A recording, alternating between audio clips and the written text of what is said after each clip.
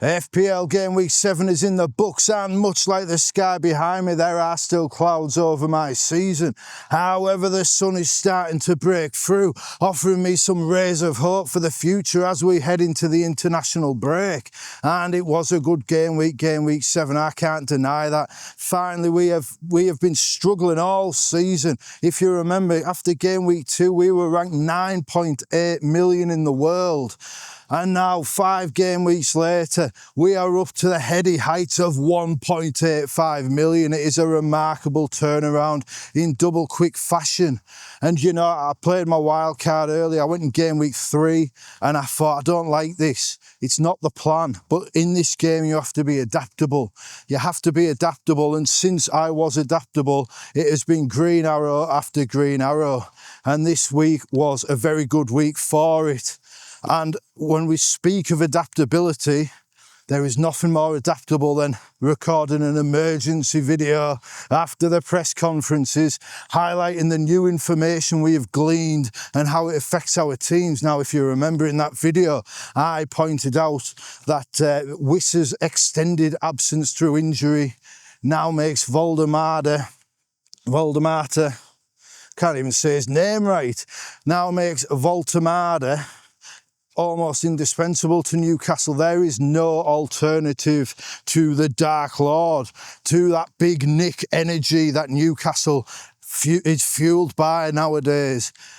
And I said, ignore Gordon because we're still not sure he's nailed. And yes, the penalties are tempting, but will he even be on the pitch? Will Gordon even be on the pitch if Newcastle get a penalty?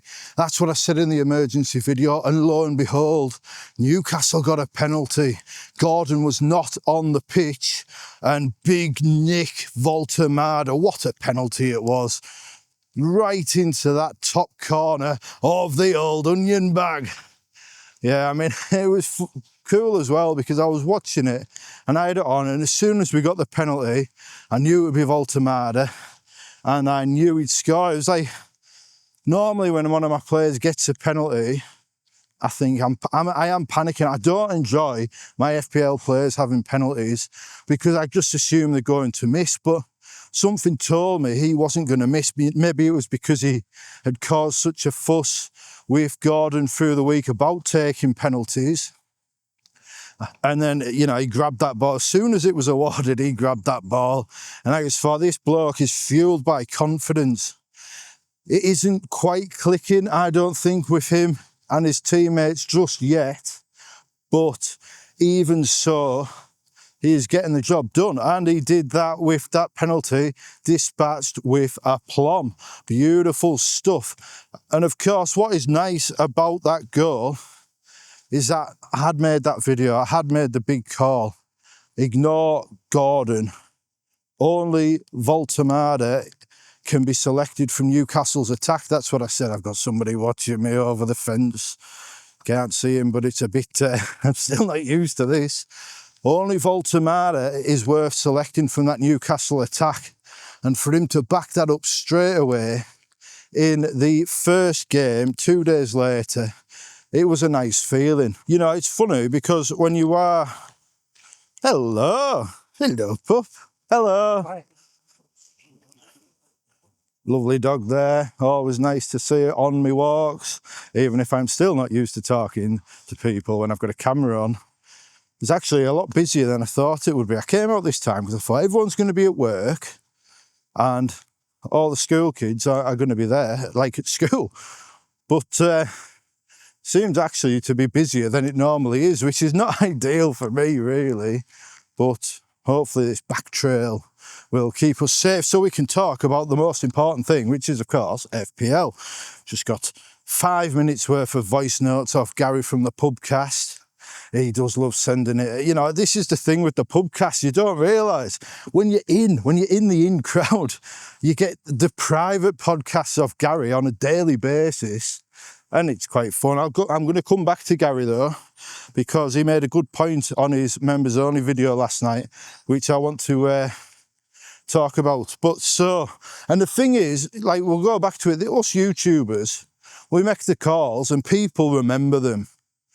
You know, you look at Gianni, he said in July, after Arteta said Gyökeres was the best penalty taker at Arsenal, he said in July, Gyökeres is on penalties, which is fair enough. You know, that was the information we had. It made sense. And then what happened? Last week, Saka picked up the ball at Newcastle for the penalty which was denied, and Gianni said, oh, Saka definitely on penalties now. You can tell because of the way he picked up the ball, and he was going to take it. But what happened when Saka scored the penalty this week? All people remembered is the one from July, seeing it being shared by the usual suspects. I'm seeing it being put onto mugs by FPL Store, which I'm not. I don't know. There's a lot of mockery of the YouTubers when they get something wrong in this game of chance, in this game where all we can do is make our best guesses, and that's all we try and do. People like talking about this game. Like for me, my mates stopped hanging around with me because I wouldn't stop talking about it. So now I talk about it to you lot, and my mates are friends with me again. I see my mate Jock and Jeeves, see him multiple times a week now, after going sometimes only once a fortnight for multiple years. So, you know, YouTube for me is a godsend. But when you do stick your neck on the line, you do get the criticism, and some would say it's fair enough. I'm not going to complain about it because I like the banter, you know. If I get something wrong, like Anthony Gordon, captain, you rip into me. It's all good fun. However, we're not all like that. And sometimes people do take it a bit far. And, you know, I was watching the pubcast. We'll get back to it now. I was watching the pubcast, and Trigger had a bit of a rant about people going onto his channel, finding old videos just to rip into him about not owning Semenyo. Your season's destroyed because you do not have Semenyo, they were saying. Just mocking him as if like... And it's a bit of a shame that somebody's reaction to somebody getting one minor decision, some would say wrong, some would just say it's just a different choice of how to play the game. And the reaction is to go and, you know, attack people on the YouTube videos. And I think part of it, genuinely, I don't think most people mean anything by it. I think they see people like us and, you know, we go on the pubcast, and then you've got the other ones, obviously, the black box and stuff, and people have banter, and we're all having banter, we're all having a good time. And when you're watching, you feel part of it. I feel part of, like, the pubcast when I'm not on it. Mainly because Gary never stops talking, but it's nice. It's a nice feeling.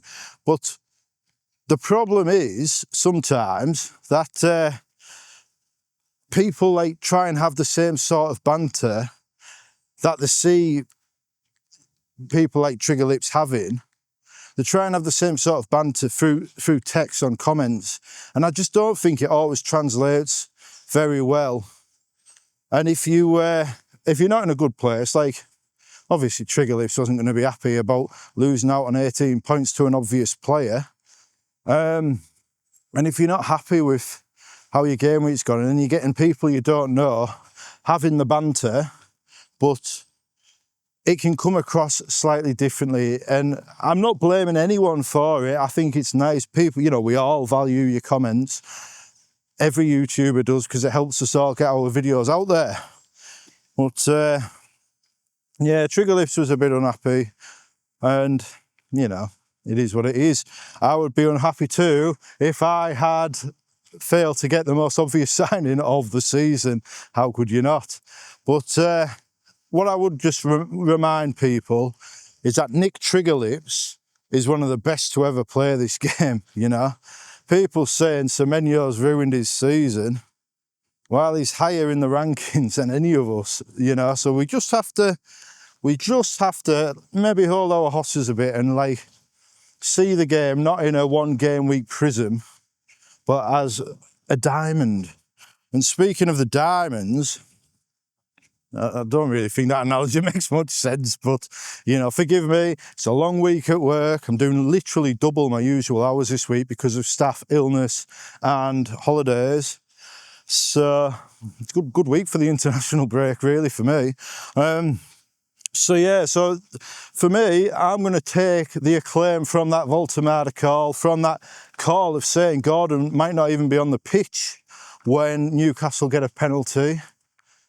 Because if it had gone the other way, you'd all be mocking me for it, just like with that captaincy. So today, I have the power, and it's a nice feeling. And of course, that video, the emergency broadcast, wasn't just about Voltemada. I also said about Saka. I said, I'm getting Saka. No interest in Gyökeres because he looks terrible every time I see him. And, you know, it was quite sad to see her. How much was it? £90 million. And he's begging for a penalty because he can't score from open play.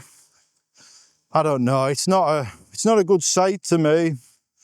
And I mean, you could say the same. Voltemada was begging for the penalty in Europe, but Voltemada is getting the goals. But yeah, I just don't rate Gyökeres at all.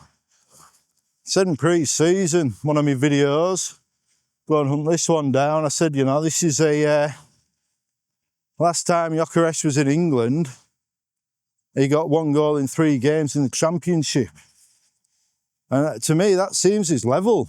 Like, yeah, he's done well in Portugal, Sporting Lisbon, but I did raise the comparison to Afonso Alves, who got more than a goal a game in Holland, Netherlands, I think for Heerenveen. I might be wrong there. Some of you stats boys can go and research this.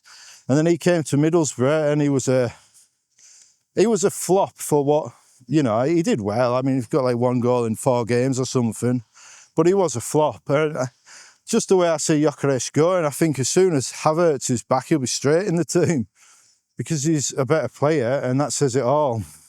So yeah, that's why I went with Saka. And like, I know some of you will be thinking, do I make the transfer? Is it worth the transfer? I'm not going to tell you whether to do it or not. What I am going to say is Gyökeres has had 7 game weeks and he's shown nothing. Very little. He did all right against Leeds, newly promoted. You know, 1 open play goal against them, good for him. But Saka is a proven Premier League player. He's a proven FPL asset.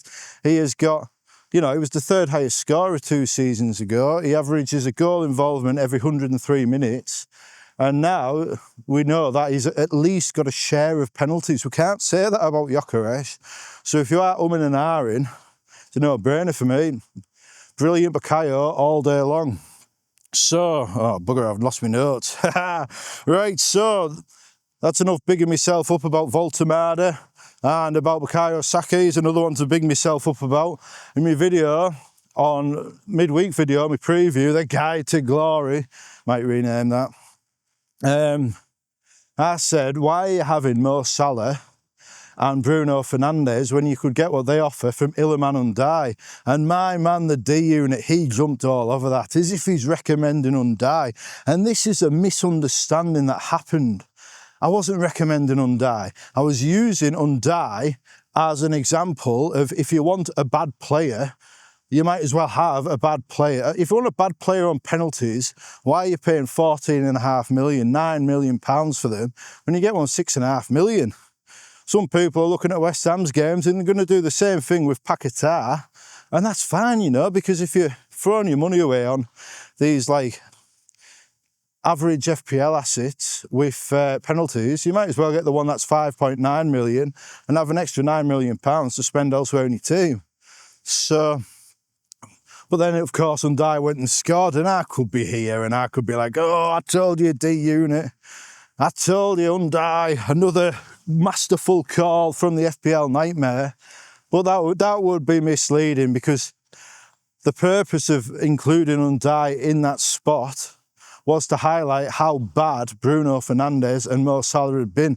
It was not a recommendation about anything except if you're going to have bad players, get the cheaper bad players rather than these premium failures. So Yeah, but I mean, I'll take it as well, and I probably keep ticking over. I think he's outscoring Salah now, definitely outscoring Fernandes. So D-Unit, I mean, you know what I love about D-Unit, Darius? He's so confident in all his statements, and yet his game weeks just keep getting worse and worse. Like, I think he's probably the only person in the world who owned Haaland, owned Semenyo, and had a green arrow last week, a red arrow last week, because he captained Foden. He's so easy to... And yes, I did wind him up. I did taunt him a bit about Foden. I did say, oh, you know, why not double down, Captain Foden again? And the thing with this game, I said this, when you're in a mini league with me, I do like play the mind games a bit. And I certainly do with Darius because he's so susceptible to him. All you have to do is just encourage his mad choices and he'll take them because he's desperate to be different. I think Darius would rather finish 5 million picking none of the best players then finish 5,000 picking all of them, which is, you know, it's funny to me. I love it. Like, I love someone so committed to dying by the sword as Darius does. It makes me chuckle, like. But again, you know, this is the thing. You could go in his comments and mock him, and to be fair, Darius would probably enjoy the banter. But it's different when you're making the kind of teasing comments, and you can see I've got, you know, I'm being a bit cheeky. I'm just playing with him. Don't mean anything by it. So I think that, you know, that is the difference with a comment in a video, and you can see the body language and the tone a lot better. So that is important. More people. Picked a bad time to come here. So yeah, it's easy to convince Darius to make these wild choices that are detriment to his team. And it's fun. It is fun. I enjoy it. And I know he enjoys it because one day they'll pay off and that'll justify the 100 days that they did not pay off. Oh my God, there's more people. Everywhere I go, there's people. And this path is only one route. So I'm just going to keep talking. So, of course, the good thing is that... I'll wait. Don't like having cuts in these walking videos, but there'll probably be a few in this one. So many people. So yeah, anyway, but the thing is, you can have... Now there's a fucking train. What is going on here? Honest to God. Do they not realise I'm recording highly important FPL reaction videos? So, but you know, but yeah, back to my team. It was a lovely game week of differentials. You know, I had Voltemada come in, I had Saka come in, Kudos and Pedro Porro, both somewhat differential now, and I got 19 points off them too. And of course, Josko Gvardiol, I felt like I'd blundered getting him last week.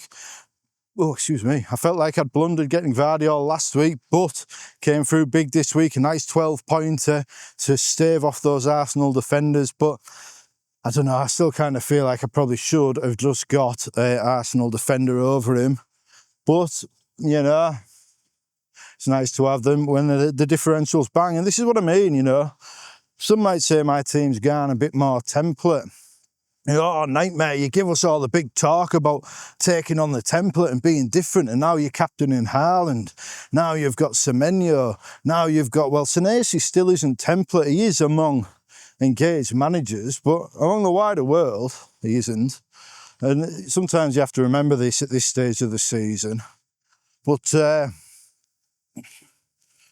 you know, I haven't gone more template. It's just... got different differentials. This is what I keep trying to say, and this is what I'm trying to get through to Darius. You attack on the margins sometimes. You don't always have to go all out, balls to the wall, big Ange Postecoglou. Sometimes it's all right to be the viper hiding in the reeds and pouncing, sniping with the smaller players, you know, like the Kudos. You know, Kudos. I don't need to have a differential captain to make gains, is what I'm saying. I don't need to... They are fun, don't get me wrong. I will not be auto-captain Haaland. But there's fucking more people. There's a Hoss. Big Hossy. You see the Hossy? Get on. Fantastic. We do like a big horse. Oh, I wonder if we could maybe have a wander up to the Hosses. There might be fewer people up there. You don't need to have your entire team differential. You know, Gary Have a Beer, I call him Gary Beer from the pubcast, he was like 60 points ahead of me a few weeks ago. I haven't got anything massively differential in my team, you know, but the fringes, the Pedro Porro, the Voltamada, the kudos, all these small points compound over time, over game weeks, and then they peel it back. There's no need to go wild in game week 7, in game week 8. You just need to have some solid FPL play. Get the biggest threats. You know, like Joao Pedro, he's done out. But I don't need to worry about him because so many people have him. And like quite a few people are selling him now. I will not be selling Joao Pedro because the fixtures are so good. He's going to have a 2-week rest now. He is going to have a rest from the European games because of his suspension. I think Joao Pedro is fine. There's other areas of my team I wish to improve. Not least of all, my goalkeeper. I feel like when I look at my team for next week, it's the goalkeeper I want to improve. I will, a few people keep asking me to put my team up on the screen. Well, I don't like to. It's not what these videos are about, but as you can see from the new live FPL app, I got 89 points, not the 87 I said before, 89, even better than the real thing. And you too will be able to get your hands on the live FPL app very soon. I believe I am a beta tester for it. It's lovely. 1.85 million. I was 9.8 million a few game weeks ago. It's wild. What a turnaround. But, you know, if I bring up the planner, look at this lovely planner. And I know I use FPL Team a lot, but I'm just hyped on this app. You can see the new light on my camera in that reflection there. This is all you're getting for my team on the screen. That's my team for next week. So we've got next week, we've got Vicario and Porro and Kudos against Villa. We'll get Gvardiol, Reinders and Haaland against Everton. Senesi Semenyo against Palace. Voltamada against Brighton. Pedro against Forest. And Saka versus Fulham. Do you know what? I'm just going to take a quick detour here because this is wild in here. I've like not seen anything like these before. Oh, I'm in the field. I know there's hosses in this field sometimes. I'm taking you to see the hosses. That's where we're going. We're going to end this video up at the hosses. Slightly different on the walk. But look, if I turn this camera around here, look at these, like gas tanks, but the minions, the minion gas tanks. Pretty cool, I think. Make me smile, eh? So anyway, back to me. Some would say Triggs minion. So yeah, like next week, I just don't really see, like there's a lot for me to do. The team looks fine. Now some people would say roll. And that is a smart play, but what I am actually tempted by is a hit. And I know you're thinking, why are you taking a hit? Your team's fine, huh? But I want Nick Pope. I want Nick Pope in goal, and I'm not going to be able to get to him next week without a hit. Because I have Livramento and Barnes on my bench, and that Livramento injury, it's hindering me, not because he's out, well, yes, because he's out, but because it's the 3 Newcastle assets. And really, the mistake was Barnes. You know, if I'd have sold Barnes instead of Ismail Assar a few game weeks ago when I bought Semenyo, how much better off would I have been? I'd have been able to get Pope in one transfer. But it's going to be a hit if I want Pope, and it would be Livramento out because he's injured. Oh, I do want rid of Barnes though. Maybe I could do Barnes to Sarr and Pope in for Vicario, and then I could do start Sarr perhaps over Joao Pedro or Reinders. That might work. But then I feel like I'm only doing it to justify the hit. Who have Palace even got? Oh, they've got Bournemouth. I feel like I'm only really thinking of that move to justify a hit, when really the only player I want to bring in is Nick Pope. And that Newcastle defence is elite. And also, if you're still here, I'll give you the scoop on Johan Wissa being out longer last week. Get Voltamada. Well, I've got another snippet for you as the wind picks up and we'll walk up to the hosses. I do like it up here. I'll come up with the kids sometimes to show them the hosses. Easy there, big fella. Oh, while we're here, yeah, I showed you them minions before. Now it's the minion graveyard. Oh, there's a rabbit. Did you see a rabbit? And that was a rabbit. That actually was a rabbit. It wasn't a pigeon. You remember the video from the other week? Thought it was a rabbit and it was a pigeon. That rabbit is run, run, run. Yes, so back to the, not breaking news as such, but Lewis Hall has a hamstring injury and they reckon it's going to be medium term.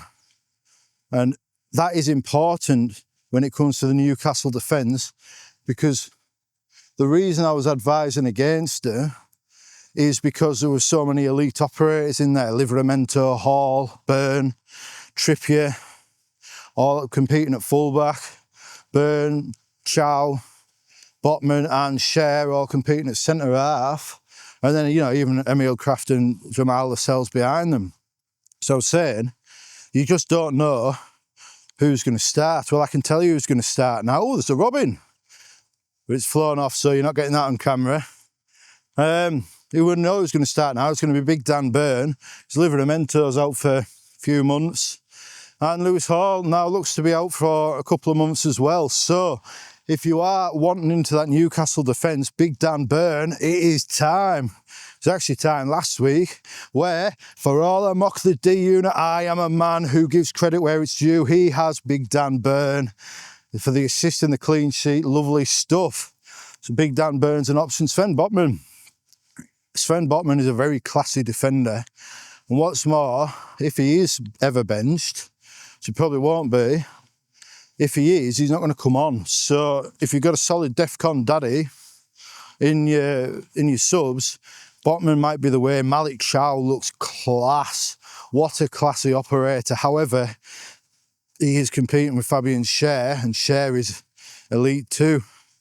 So what I would say now, last week, only Pope is your Newcastle defensive option. But with this Hall injury, with Livramento being out, now we have options. Sven Botman, great option. Big Dan Byrne, great option. Kieran Trippier, nailed at right back. Well, no, what I will say, he's not quite nailed. He probably is nailed, but, and I'll tell you what else is good about Trippier, he'd probably come off early a few times. And by early, I mean at 65 minutes, banking those early clean sheets. But I do wonder if sometimes we're going to see Malik Chow at right back with Cher. I mean, that's a nice defence, like Chow, Cher, Botman, Byrne. That is a beefcake defence. And I do like a beefcake. Well, no, I don't. I like a nice carrot cake. I like a Christmas cake. I do love Christmas cake, marzipan. And I like, in my defence, I like them beefcakes. So, yeah, I would say Botman, Trippier, Byrne, all viable options in that Newcastle defence. So maybe I could swap Livramento to Byrne. But I want Pope. I think Pope has got the most potential of the defenders, because if you watch the games, what you'll notice is he makes a lot of saves, but they're from low value shots, they're from distance shots, because we have those elite defenders. If teams get the shot away, generally is from distance. And like, I think he got save points against Nottingham Forest, but he was never under threat. There was never any danger of Forest scoring, and that is what you want in a goalkeeper. A bit like David Raya when he played for Brentford. He'd make a lot of saves, but he would not face as much risk because the saves we were making were from distant shots. So I want Pope. I think Pope you can keep for the rest of the season. You could even double him up with Roofs, guarantee a home game. So that's nice. But I don't think I'm going to make 2 goalkeeper transfers. But here we are. Here's the big hosses. Told you I'd bring you to see the hosses. Easy there, big fella. Hey, I feel like I'm in Red Dead Redemption, and this is my FPL redemption from 9.9 million to 1.85 million entering the international break. One international break to another. A massive turnaround. What do you think there, Hoss? Should I make the transfer for Nick Pope? Nay. Well, the hostings know, but we don't take horses' opinions. We don't take the advice of animals when it comes to FPL, even though Nick Triggerlips' parrot is probably kicking all our asses.